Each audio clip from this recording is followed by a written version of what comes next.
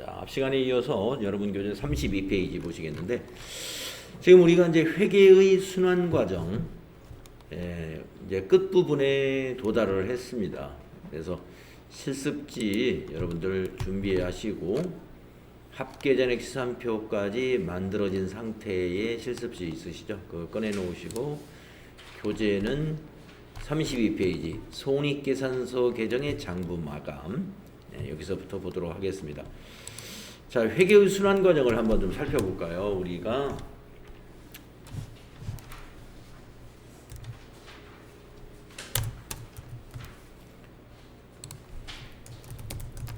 회계의 순환 과정을 지금 우리가 하고 있는데, 도대체 어떻게 하고 있었냐면은 회계상 거래를 인식하는 단계가 있었죠. 회계상 거래가 어떤 거래인지를 여러분이 아셔야 돼요. 회계상 거래라는 것은 재무상태표와 손익계산서에 영향을 미치는 거래가 회계상 거래인 것입니다. 그러면 또 이걸 다른 말로 말하면 재무상태표를 자산, 부채, 자본으로 이렇게 구분해서 말할 수 있잖아요. 그래서 자산, 부채, 자본, 그리고 손익계산서는 우리가 수익, 비용으로 구성되어 있잖아요. 그래서 자산, 부채, 자본, 그리고 수익, 비용의 변화가 있는 거래를 우리는 회계상 거래로 인식하게 되는 것입니다. 자, 그래서 여러분이 이제 어떤 것이 회계상 거래인지 알게 됐고, 그러면 회계상 거래가 발생하면 우리는 뭐를 해야 되느냐? 분계를 해서 그걸 분계장에 기록을 한단 말이에요. 분계장이라는 장부를 여러분이 따로 이제 회계 프로그램에 보면 분계장이라는 메뉴가 있긴 있습니다. 그러나 우리가 그 분계 지금 쓰고 있는 거 있잖아요. 그 자체가 분계장이라고 보시면 돼요. 분계된 내용. 그래서 여러분이 분계를 할 때는 거래의 8요소, 더 확장하면 이제 10요소가 됩니다만은 거래의 8요소를 이해하고,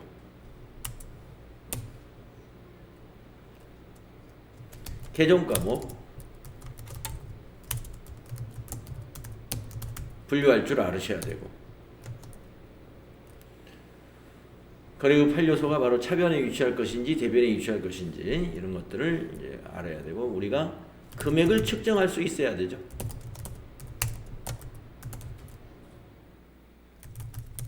그래가지고 이제 분계를 합니다. 그런 다음에 이제 어제 우리가 분계된 6가지 분계 내용을 가지고 전기하는 걸 또 연습을 했단 말이에요. 이 전기라는 것은 총계정 원장에 옮겨 적는 작업을 우리가 전기라고 하죠. 그래서 전기 요령을 우리가 어제 연습을 했습니다. 해당 계정을 찾아가 가지고 차변이면 차변에 기록하고 그 금액 앞에는 상대 계정 과목을 써주죠. 전기의 원리 여러분 연습이 됐고, 이러한 그 단계를 기중에 이게 계속 하잖아요. 이런 것을 반복을 하다가 결산이 되면은 우리가 이제 뭘 하냐면 수정전 시산표를 만들어요. 그래가지고 수정전 시산표를 만들어 가지고 그 분계와 전기가 정확히 되었는가, 이걸 이제 검증을 하죠. 어떤 그 오류를 검증하는 그런 수단으로 쓰고 있어요. 그래서 우리가 지난 시간에 시산표를 만들었습니다. 그래서 오류가 없으면 이제 그 다음 단계가 이 결산 수정 분계라는 걸 하게 되거든요. 결산 사항에 대한, 이걸 줄여서 결산 수정 분계. 결산 수정 분계라는 것은 이제 우리가 여기서 어제 실습은 안 했습니다만은, 앞 시간에 실습을 안 했습니다만은 자산, 부채, 수익, 비용 이런 것 등을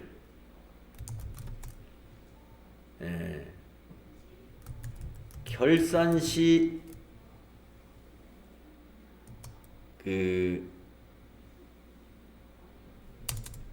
결산 시점으로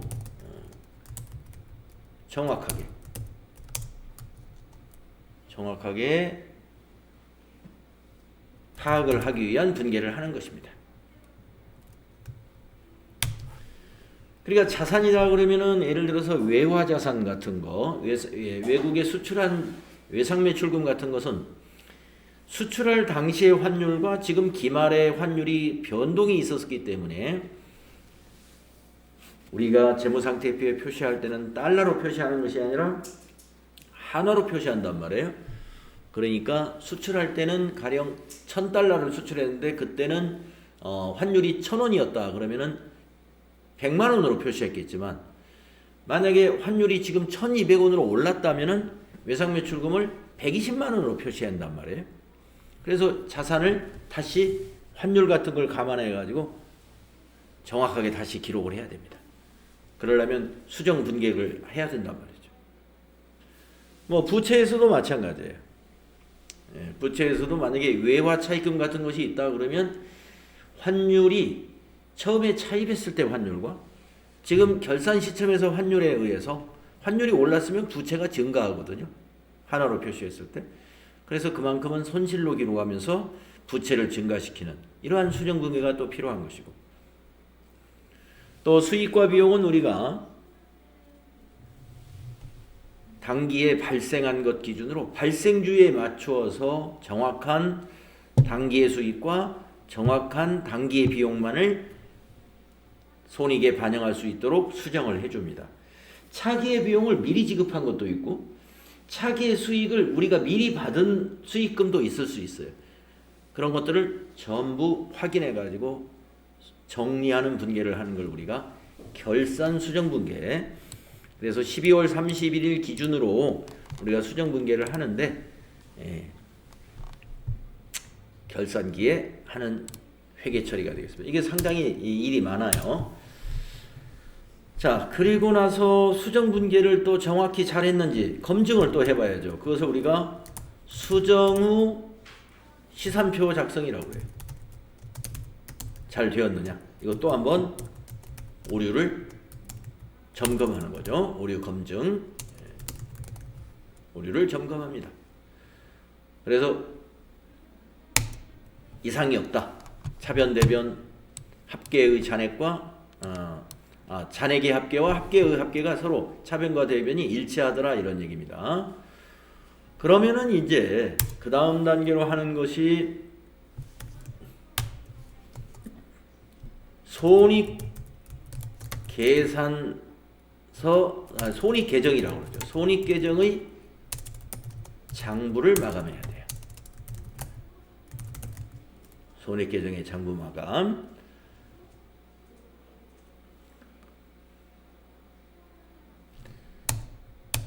그리고 다음에 재무상태표 장부 마감을 합니다. 자, 그러면 손익계정의 장부 마감이라는 건 뭘 마감한다는 얘기냐? 수익과 비용을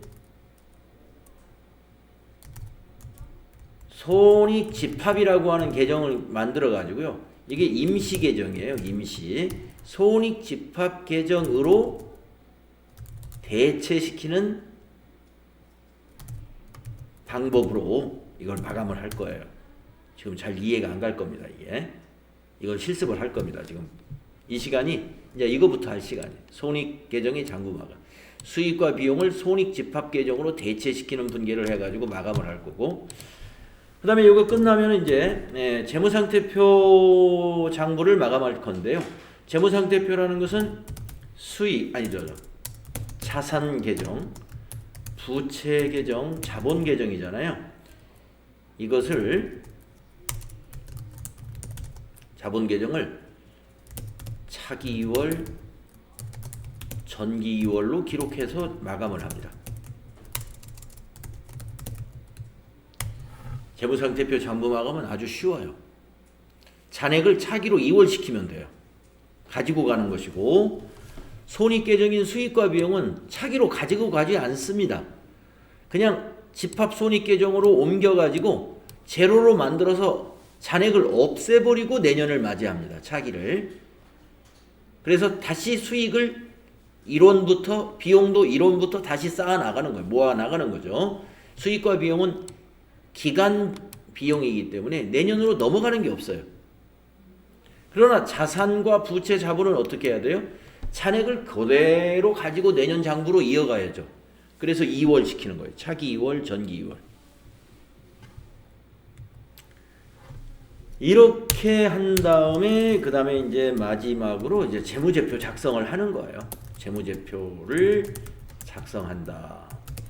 그러니까 우리가 결산이라는 과정이 우리가 앞 시간에서 이제 여기서부터가 결산인데 여기서부터 여기까지가 결산에 관한 건데 그러면 결산이 뭐냐 그랬냐면은 재무제표를 만들어 나가는 과정이다 그랬습니다.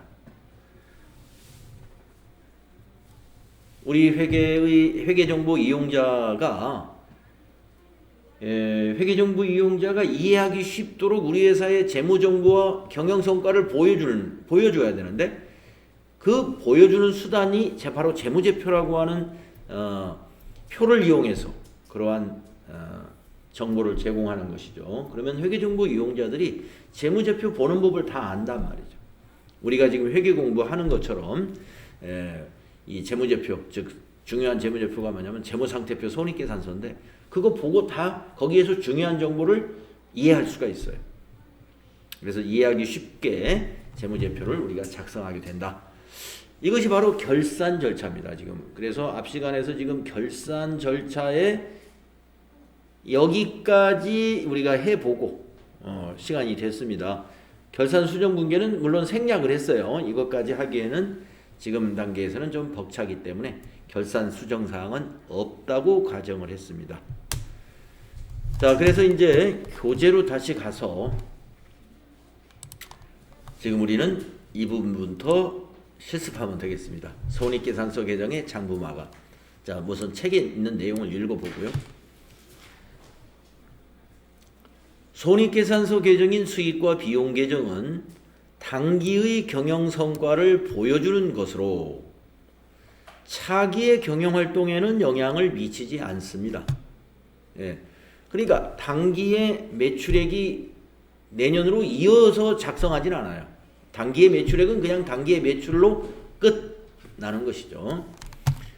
따라서 수익과 비용 계정은 손익 계정을 설정하여 이게 이제 실제로 거래가 있어서 설정하는 것이 아니라 수익과 비용을 마감하려고 이 손익이라는 계정을 만듭니다. 그래서 손익을 집합시킨다 해서 집합손익이라고 불러요. 그냥 손익이라고도 하지만 괄호 속에 집합손익 이렇게 써놨죠. 수익과 비용을 집합시키는 임시 계정입니다. 마감 단계에서 임시로 만들어지는 계정이에요. 이것을 설정하여 0으로 만들어 마감한다. 이 절차는 다음과 같다. 그러니까 왜 0이 되냐면은 수익에 발생한 것을 전부 다 손익으로 갖다 옮겨버리기 때문에 이 잔액이 0이 되는 거고, 비용도 비용에서 발생한 것들을 전부 손익계정으로 가져가 버리기 때문에 수익과 비용이 잔액이 0이 됩니다. 이런 얘기예요.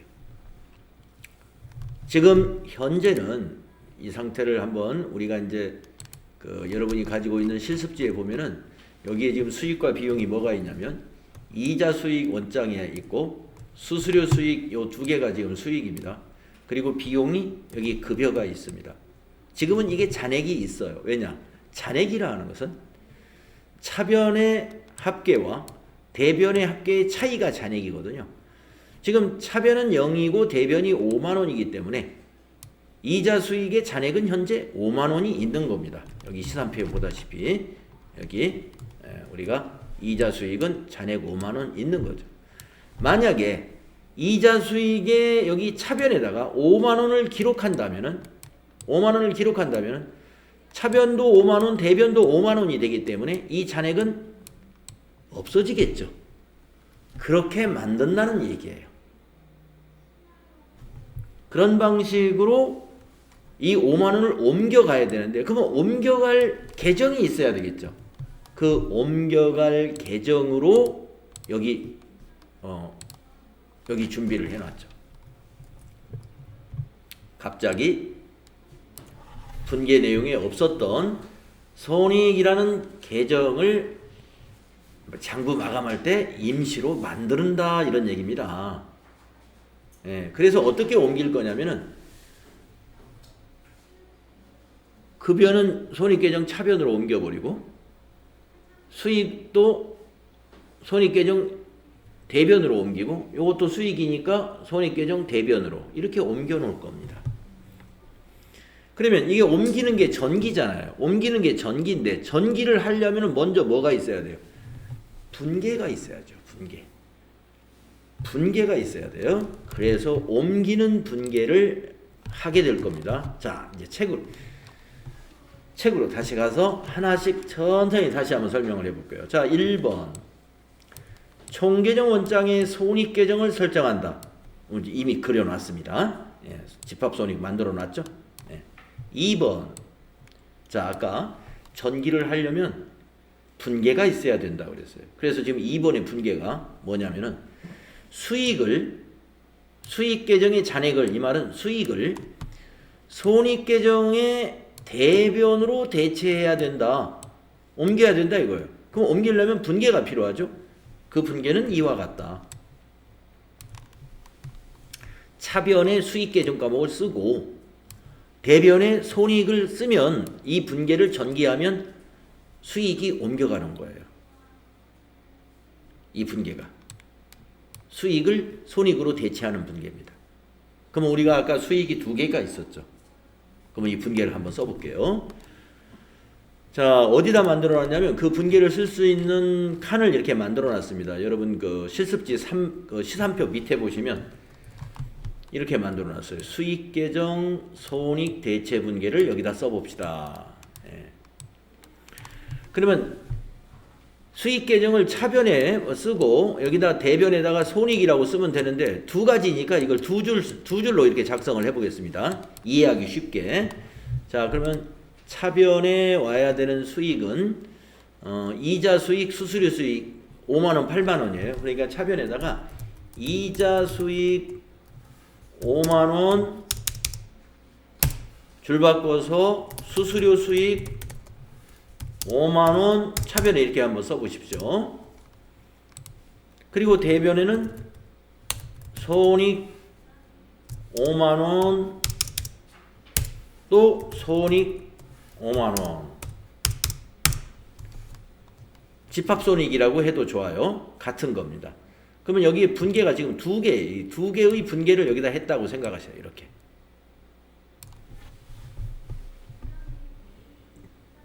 두 개의 분계를 우리가 했다.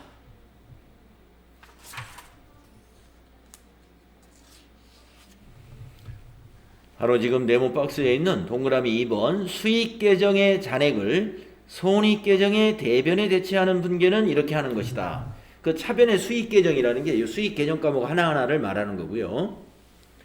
대변의 손익계정이 여기 바로 이 손익입니다. 집합손익. 자, 그러면 이걸 전기를 먼저 하죠. 자, 그러면 이걸 전개하는 방법 아시죠? 이자 수익 계정을 찾아가지고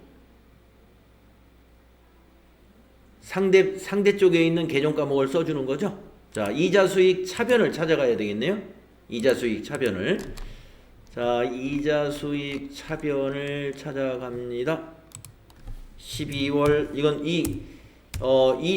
장부 마감 분계는요 결산일 기준으로 해요. 12월 31일로. 그래서 날짜를 12월 31일로 쓰고 상대 계정 과목 손익을 쓴 다음에 5만원 이렇게 차변 전개했고요. 또 대변 전개해야 되죠. 예, 지금 여기 3페이지에 있는 요 이자 수익에 대한 대변, 손익이고, 그러면 이걸 전개하려면 어떻게 해요? 손익 계정의 대변에 갖다 적어야죠. 예, 그래서 손익 계정 대변으로 여기죠, 여기. 예.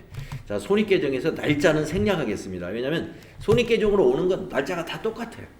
그러니까 무조건 12월 31일이기 때문에 날짜는 쓰지 말고 생략하고 지금 상대 계정 과목이 뭐냐면 이자 수익이거든요. 그럼 여기서 이자 수익이라고 쓰고 5만 원. 이렇게 하면 전기가 하나 끝났어요. 자, 보세요.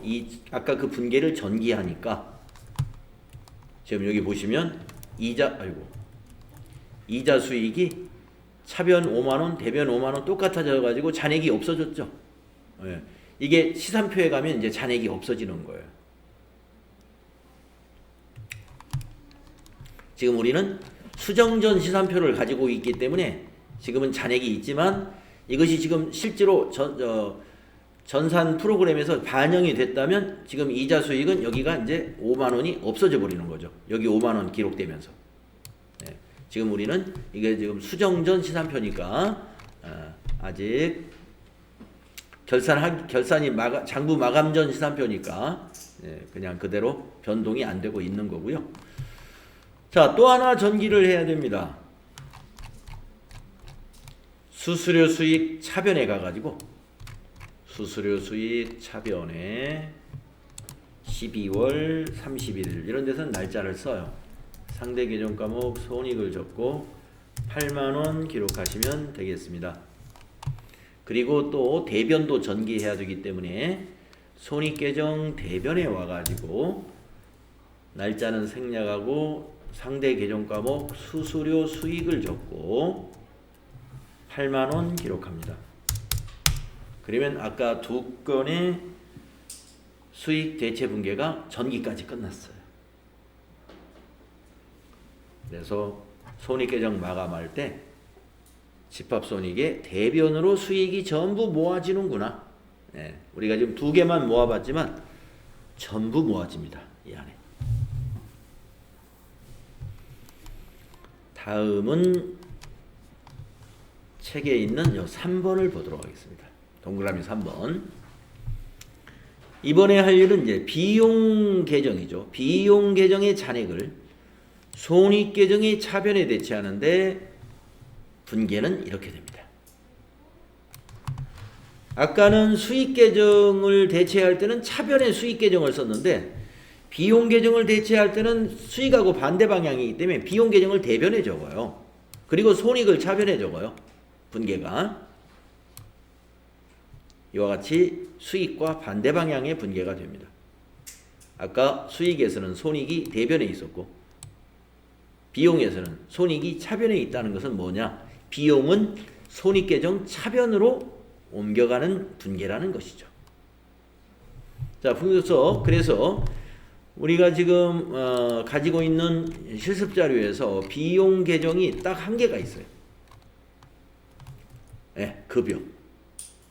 이거를 손익 계정으로 대체하는 분계를 여기다가 써보겠습니다. 여기 칸을 만들어 놨어요. 비용 계정 손익 대체 분계 만들어 놨죠.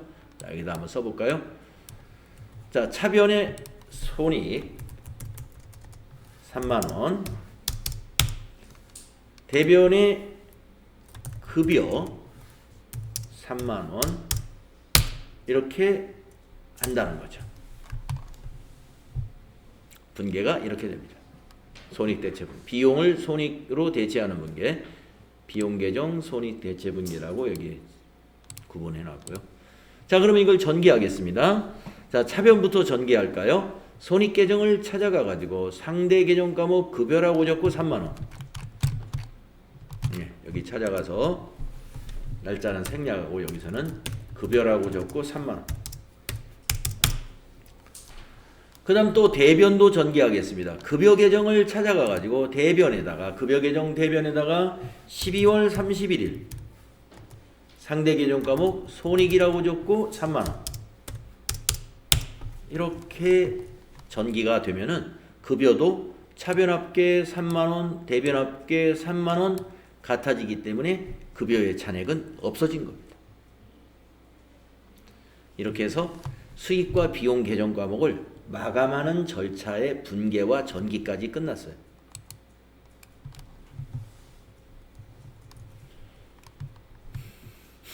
자, 우리 교재에서는 전기하라는 말은 없는데 이게 왜 그러냐면은 이 프로그램에서 자동으로 전기가 일어나기 때문에 전기하라 이렇게는 없습니다. 이렇게 대체한다. 이건 분계한 다음에 대체까지 전기까지 다 포함을 하는 얘기입니다. 다음에 이제 네 번째 작업을 보겠습니다. 손익계정이 이제 만들어졌잖아요. 그러면 그 손익계정에 잔액이 있을 거예요. 그 잔액을 자본으로 대체하라. 자본으로. 근데 자본의 계정 과목이 여러 가지가 있습니다. 뒤에서 이제 곧 배울 텐데 자본의 계정 과목 분류가 법인의 자본의 계정 과목이 상당히 많아요. 그래서 어떤 계정 과목으로 대체를 하느냐? 손익계정의 잔액이 이익이 발생했을 때는 미처분 이익잉여금으로. 이익이 발생했을 때는 혹시 손실이 발생했다면 미처리 결손금으로. 그래서 보면은 우리가 자본이라는 것은 여러분 거래의 8요소에서 기억나시죠? 자본의 증가는 대변이지 않습니까? 그러니까 당기순이익이 발생하면 자본이 증가하게 되는 거예요. 그래서 미처분 이익잉여금 대변에 기록하게 되고요. 손실이 만약에 발생하잖아요. 당기순 손실이 그러면은 자본이 감소하게 돼요. 그래서 미처리 결손금이라는 것도 자본 계정인데 계정 과목인데 차변에 기록해서 자본을 감소시키는 겁니다. 손익계정에서 이익이 발생했으면 대변에 미처분 이익잉여금, 손실이 발생했으면 차변에 미처리 결손금으로 대체하는 분계를 하는데 상대 계정 과목은 똑같아요. 손익계정의 잔액이니까. 자, 그러면 지금 우리는 당기순이익이 났는지 당기순손실이 났는지 이걸 보면 압니다. 자, 집합 손익계정에 보면은 수익과 비용이 다 집합이 되어 있기 때문에 한눈에 보여요. 딱 계산을 해보면 비용의 합계는 3만 원이고 수익의 합계는 13만 원입니다. 그러면 10만 원이 이익이 발생한 거예요. 이 10만 원. 10만 원이 이익이 발생했습니다. 자, 이 10만 원을 어떻게 기록하냐면은 아까 그 분계 있죠? 이 분계를 해야 되는 거예요. 당기 순이익이 발생했으니까 차변의 손익, 대변의 미처분 이익여금 이 분계를 점표를 만들어야 됩니다. 그래서 그걸 기록하라고 여기 칸을 만들어 놨어요.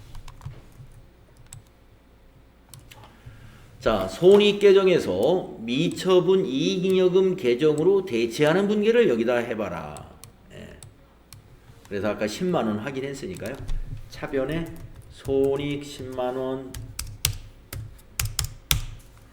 대변에 미처분 이익잉여금 개념 과목 이름이 좀 깁니다. 10만원 미처분 이익잉여금은 자본에 해당되는 개념 과목입니다.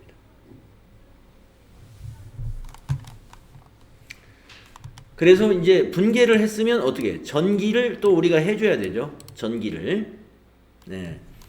그래서 전기를 하러 가겠습니다. 손익계정에 가야죠.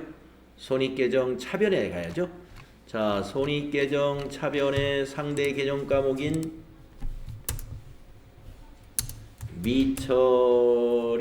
미처분 이익 잉여금이라고 적고 10만원 이렇게요. 그리고 미처분 이익잉여금 자본계정 여기 옆에 준비해 놨어요.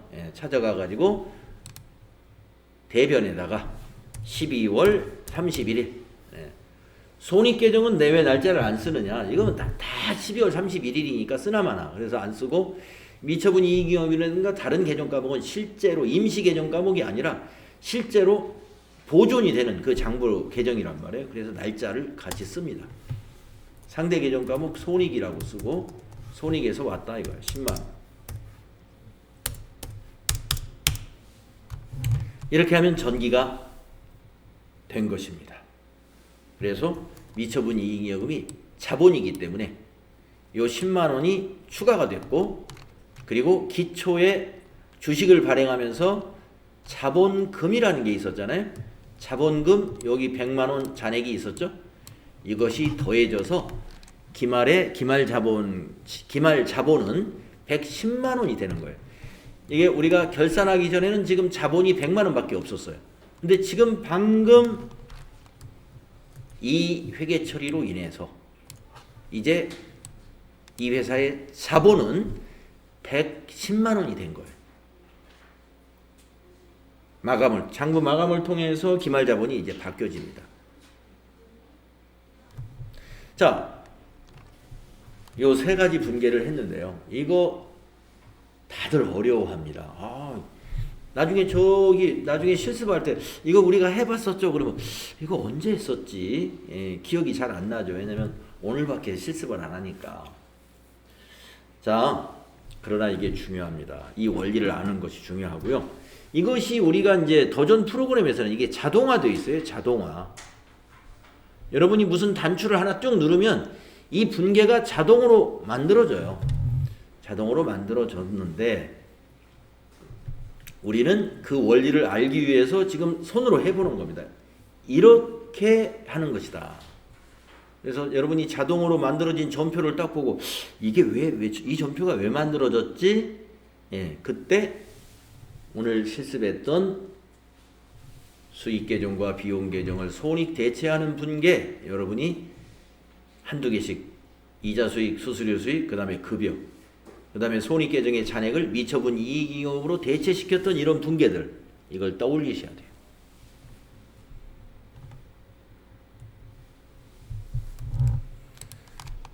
결산 처리잖아요. 결산 처리에 대해서 여러분 그 NCS 평가 시험 본다고 제가 오리엔테이션 하는 날 말씀드렸나요? 네. 여기에 대해서 문제를 하나 비용 쪽에서 문제를 하나 낼 겁니다. 비용 쪽에서. 그리고 이거 문제 하나 냈고요. 비용 쪽에서. 그리고 이거 문제를 냈습니다. 이 집합 손익 계정을 하나 딱 그려놓고 여기다 괄호를 딱 쳐놨어요. 여기다 괄호를. 네. 여기다 괄호를 딱 쳤으면 여기에 들어갈 계정 과목은 뭡니까? 이게 문제예요. 네. 결산 처리 시험이 한참 뒤에 있기 때문에 그날까지 여러분이 이걸 기억하고 있으면 맞추는 거고, 네. 그러나 이걸 까마득히 잊어버렸으면 이게 뭐지? 손익 계정이 이게 뭐, 이 가로가 이게 뭔가? 네. 까먹을 수도 있습니다. 네. 미처분 이익잉여금 손익 계정의 잔액은 미처분, 이게 지금 왼쪽에 잔액이 있다는 것은 이건 이익이 났다는 거예요. 이익이 났으니까 미처분 이익잉여금으로 자본으로 대체돼야 되니까 여기가 미처분 이익잉여금이 나와야 돼요. 그래서 요 두 개 분계는 시험에 나올 거니까 잘 기억을 해두세요.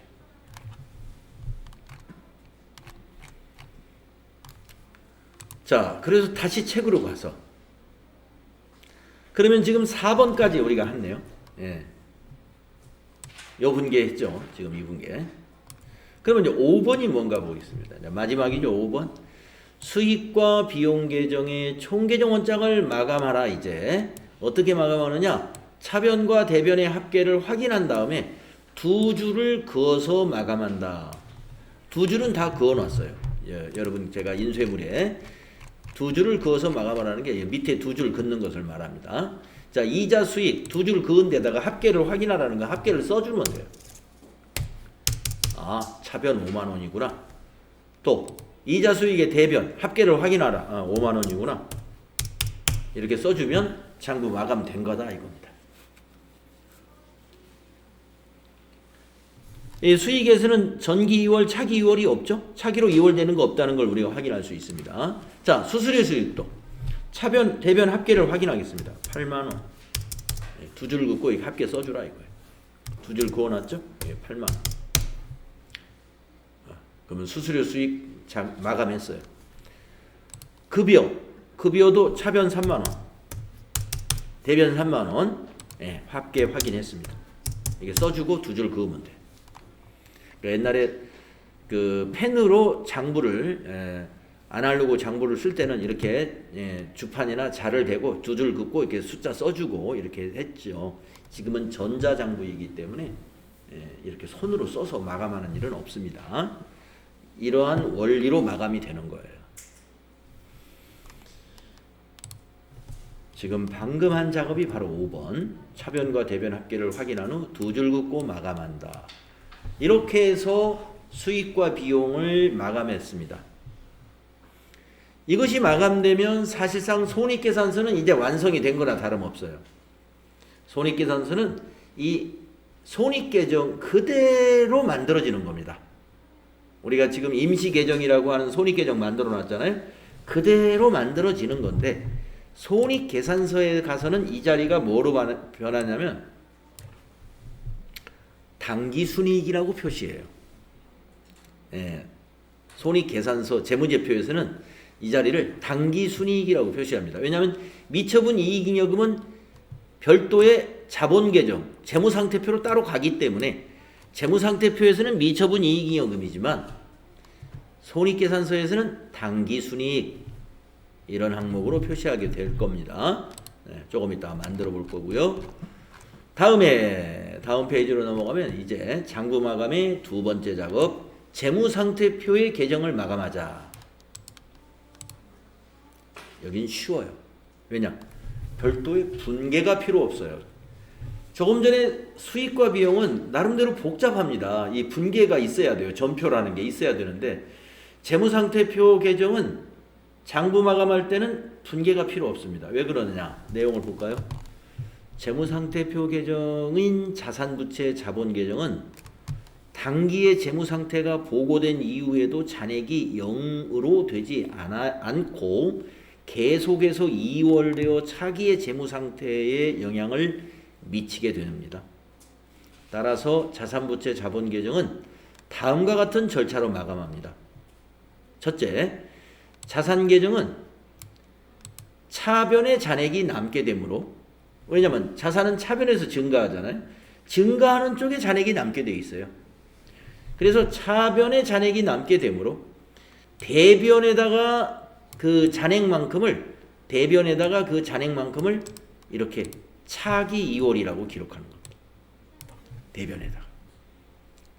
그러면 이제 합계가 차변과 대변이 일치하게 돼요. 금액이.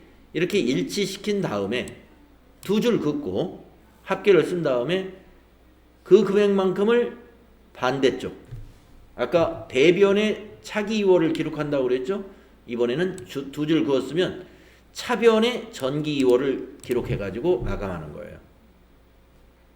자산계정은 이것도 이제 우리가 실제로 해볼 거고, 그 다음 동그라미 2번을 보면 부채하고 자본은요 방향이 같아요. 부채하고 자본이.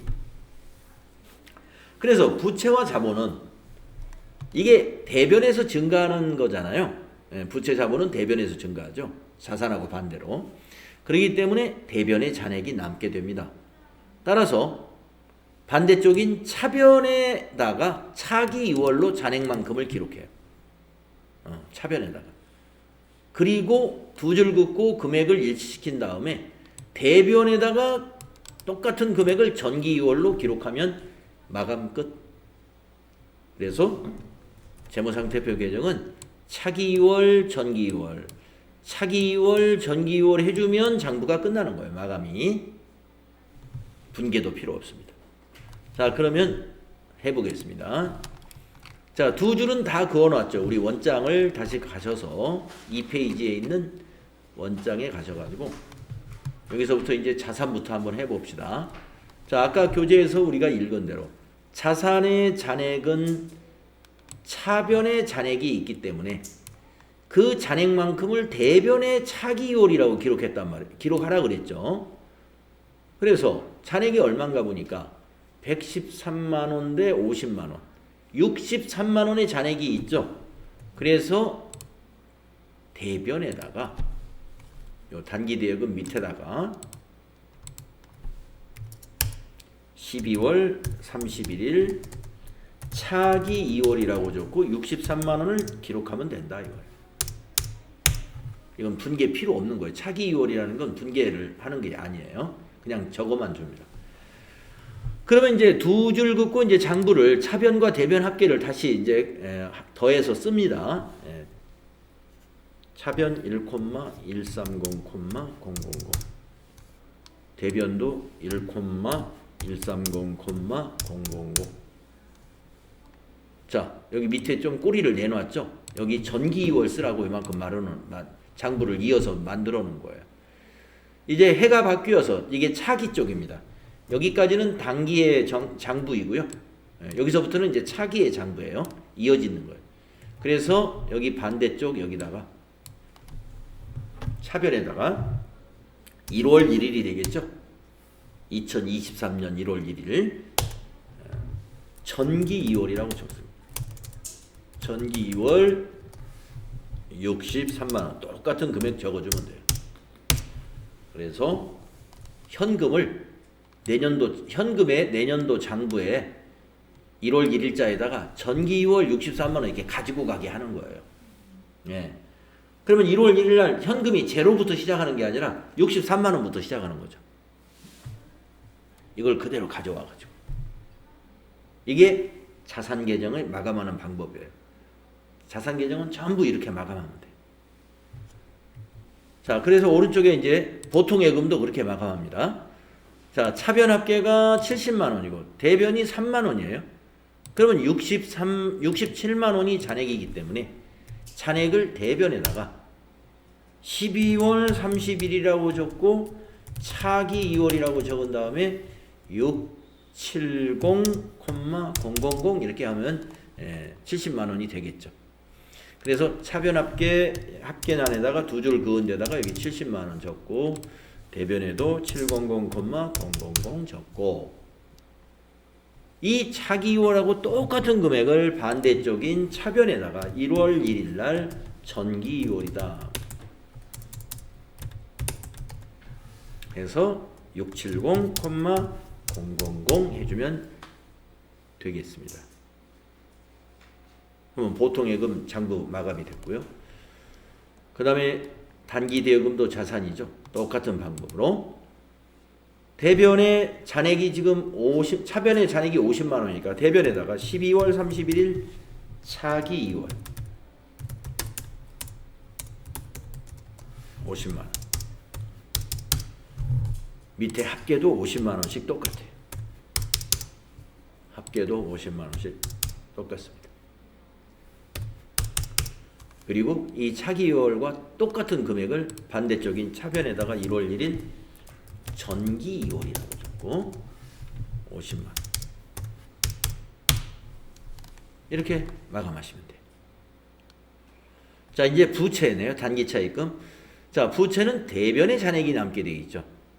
70만 원이네요. 그러면 차변에다가 잔액을 12월 31일 차기 2월이라고 적고 차기 2월이라고 적고요. 글자색이 뭐 빨강색이었다 검은색이었다 보기 싫으네. 차기 2월이라고 적고 70만 원 해주시면 되는 거고요. 합계란에도 똑같이 70만 원 대변도 70만 원. 이번에는 부채의 전기 2월은 대변에 가서 생깁니다. 전기 2월 70만 원.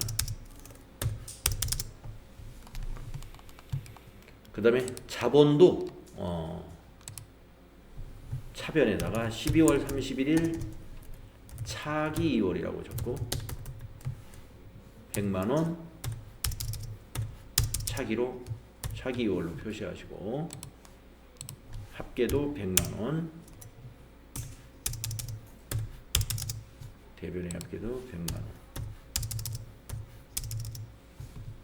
그 다음에 대변에 1월 1일 전기 2월이라고 적고 100만원 이렇게 하면은 자본금도 장부 마감이 됐습니다.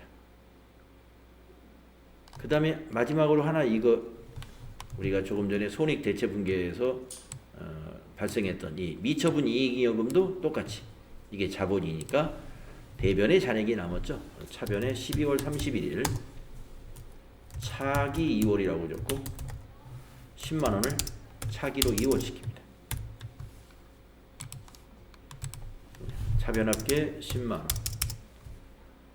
대변합계 10만 원. 그래서 대변에다가 1월 1일 전기 2월이라고 적고 10만 원을 차기로 가져가는 거예요. 전기 2월.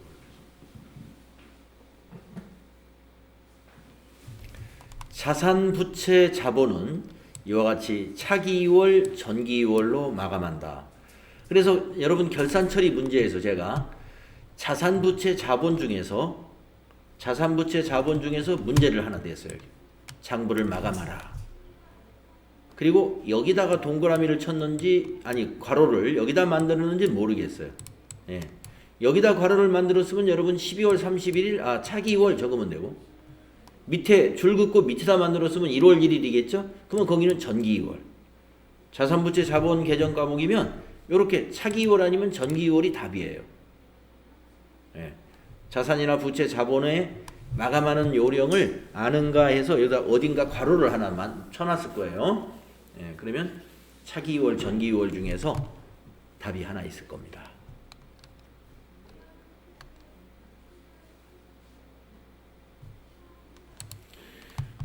자, 그러면은 여기서 지금 우리가 수정전시산표에서 만들었던 자산부채 자본하고 달라진 것은 자본금만 달라졌어요. 자본금만. 자본금은 그대로인데 자본이 달라졌어요. 자본금하고 미처분 이익이익금이 하나가 더 생겼기 때문에 결국에 자본이 달라졌습니다. 그래서 조금 있다가 이제 재무상태표를 만들면은 재무상태표에 요 미처분 이익 잉여금도 이제 반영이 되기 때문에 재무상태표를 만들 때는 이 전기 2월만 다 갖다 모아놓으면 그게 재무상태표가 돼요.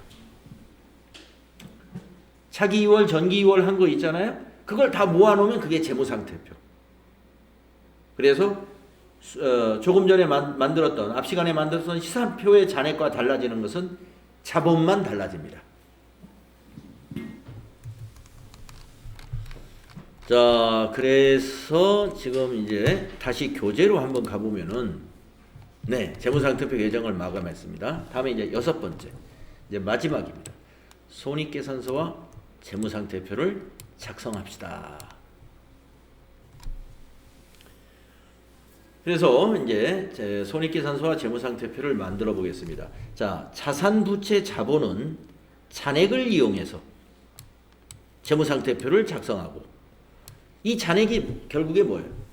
차기 2월, 전기 2월. 예, 전기 2월을 다 모은다고 생각하면 돼요. 그리고 수익과 비용 계정을 이용해서 손익계산서를 작성한다. 그러면 수익과 비용은 우리가 이제 집합손익이라는 계정에 다 모아놨지 않습니까? 그걸 그대로 갖다 쓰면서 미처분 이익잉여금을 당기순이익으로 그냥 표시하면 돼요. 그럼 한번 작성을 해보겠습니다.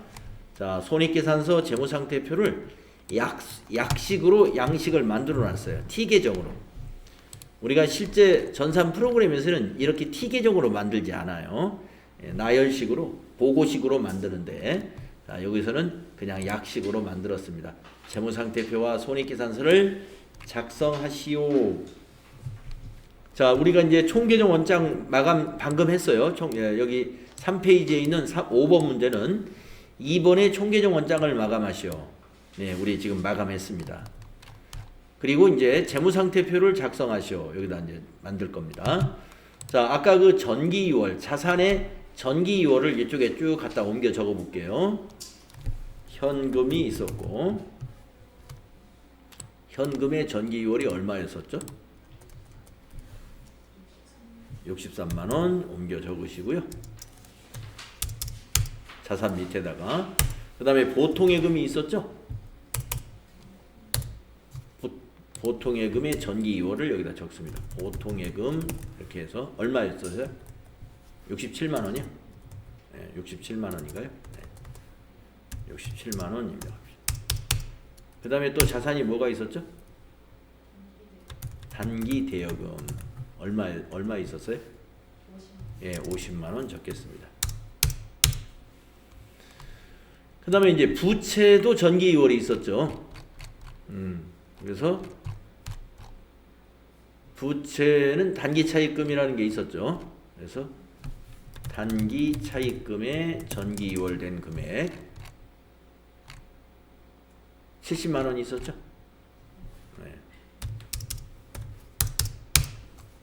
부채는 이거 하나였던 것 같고요. 그 다음에 자본에 해당되는 거 여기 자본 쪽에다 한번 적어 보겠습니다. 자본금이 있었어요. 전기 2월이 100만원. 자본금 100만원 있었습니다.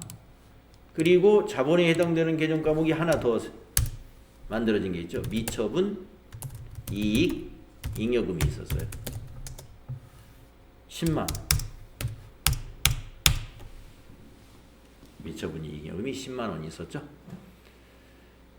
재무상태표라는 것은 자산부채 자본을 보여주는 재무상태표죠. 재무상태라는 건 바로 그 기업의 자산부채 자본을 보여주는 표예요. 그래서 요거는 이제 2022년 12월 31일 현재의 재산 상태를 나타내는 표입니다. 그래서 재무상태표 등식은 자산 총계는 부채와 자본 총계와 같다. 예. 자산 총계 니콜 부채와 자본 총계. 한번 자산 총계를 구해 보겠습니다. 130에다가 180이죠. 부채와 자본 총계를 한번 구해 보겠습니다. 부채 70만 원에 자본이 110, 180이죠. 네. 이렇게 재무상태표 등식 자산은 부채 더하기 자본이다. 이게 딱 성립이 됩니다. 그 다음에 손익계산서를 만들어 보겠습니다. 네, 아까 집합손익에 있던 걸 그대로 갖다 적으시면 된다 이거죠. 비용에는 급여 3만원. 네, 급여 3만원이 있었죠. 그 다음에 당기순이익이 10만원이 있었죠. 네, 10만원. 그리고 수익에는 두 개가 있었죠. 네, 수익에서는 이자 수익 5만원, 수수료 수익 두 개가 다 5만원이었나요? 수수료 수익 8만원이구나. 여기 제가 분계를 잘못했네요. 여기가 아까 앞부분에 설명할 때. 자, 그래서 대변의 수익에는 이자 수익 5만원, 수수료 수익 8만원 이렇게 적으면 되는 거죠. 수익란에. 그래서 손익계산서는 뭐 등식이 있는 건 아닙니다. 그러나 결국에 어떻게 말할 수 있냐면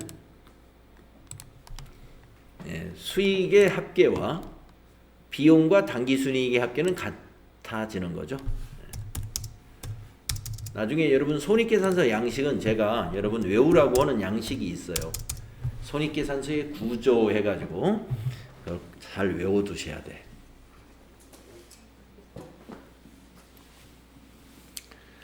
자, 약식 T계정으로 만들었는데 손익계산서의 위에 보면은요. 재무상태표의 날짜하고 달라지는 게 뭐냐. 재무상태표는 일정 시점이죠.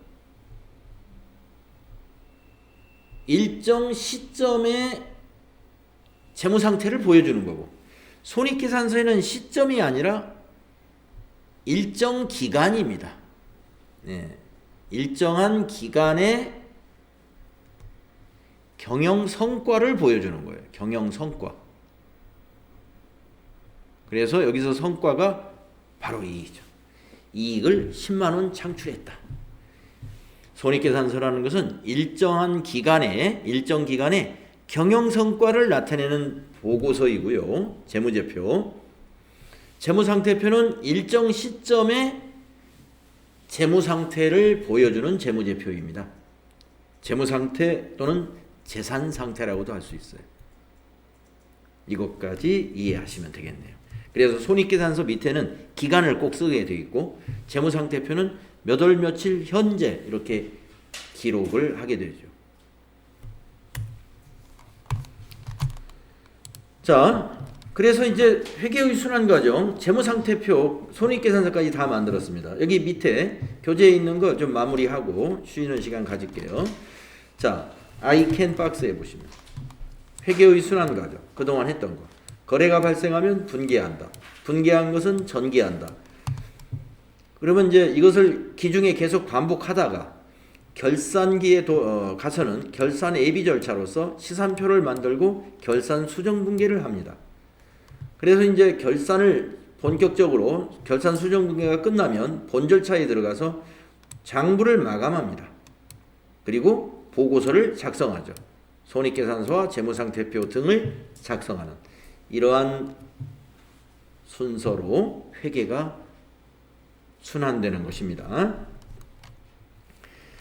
자, 우리가 재무제표라 하는 것은요, 이 지금 만들었던 손익계산서, 재무상태표 이것만이 아니고 비상장기업은 재무상태표, 손익계산서 작성하면 끝이에요. 그런데 상장기업들은 현금흐름표, 자본변동표, 추석 요 세 가지를 더 작성합니다. 그래서 여러분 암기사항으로 재무제표의 종류 하면은 두 개만 알면 안 돼요. 재무상태표와 손익계산서가 있다.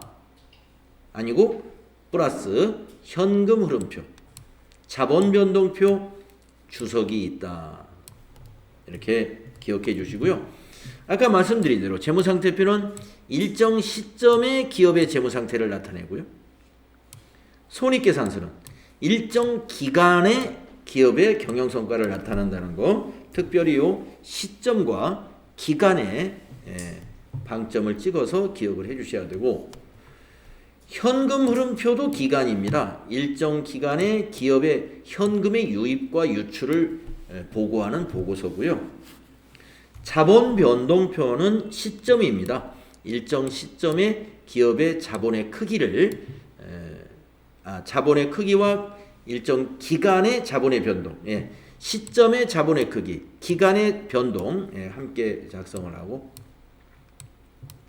주석이라는 것은 재무제표 해당 과목과 금액에다가 어떤 기호를 붙여가지고 별지로 추가 정보를 노트하는 거나 마찬가지예요. 적어주는 겁니다. 그래서 별지 부록, 별지 부록처럼 만드는 거죠. 주석.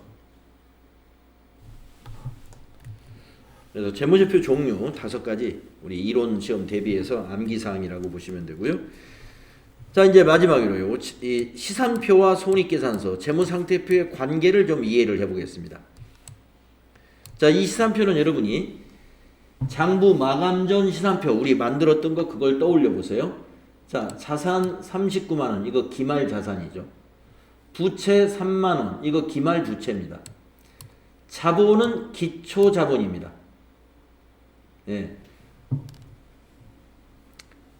수익은 총 수익이고 비용은 총 비용이죠. 그래서 이 시산표는 차변의 기말 자산과 총 비용이 41만 원이라면 기말 자산 더하기 총 비용은 기말 부채 더하기 기초 자본 더하기 총 수익과 같다. 요 41만 원. 그래서 이제 손익계산서 계정을 마감해가지고 손익계산서를 만들게 되면은 총 비용은 손익계산서의 비용으로 갈 것이고, 총 수익도 손익계산서의 수익으로 갈 것이고, 그 차액이 당기순이익으로 손익계산서에 표시가 됩니다. 그러면 이 당기순이익은 재무상태표에 자본으로 가죠. 미처분 이익잉여금이라는 계정 과목으로 해서 가게 됩니다. 여기서는 당기순이익이라고 표시를 했는데 이게 이제 실제로는 계정 과목상으로는 미처분 이익잉여금이었죠. 그렇게 되면은 재무상태표에서의 자산은 시산표 만들었을 때의 자산과 같아요. 여기서도 기말이었기 때문에 부채도 시산표 만들었을 때의 부채와 같아요.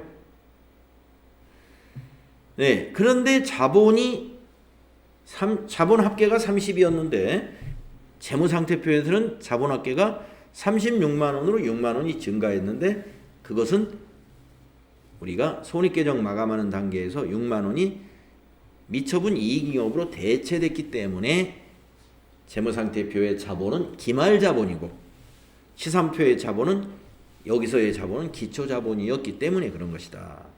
이걸 이해하시면 되겠습니다. 자, 이렇게 해서요. 우리가 지금 아마 한 4시간 정도? 2시간인가요? 4시간, 3시간 정도에 걸쳐서 회계의 순환 과정을 정리했습니다. 상당히 중요한 내용이었고요. 자, 지금 이제 쉬었다가 다음 시간에 제 3절로 넘어가겠습니다.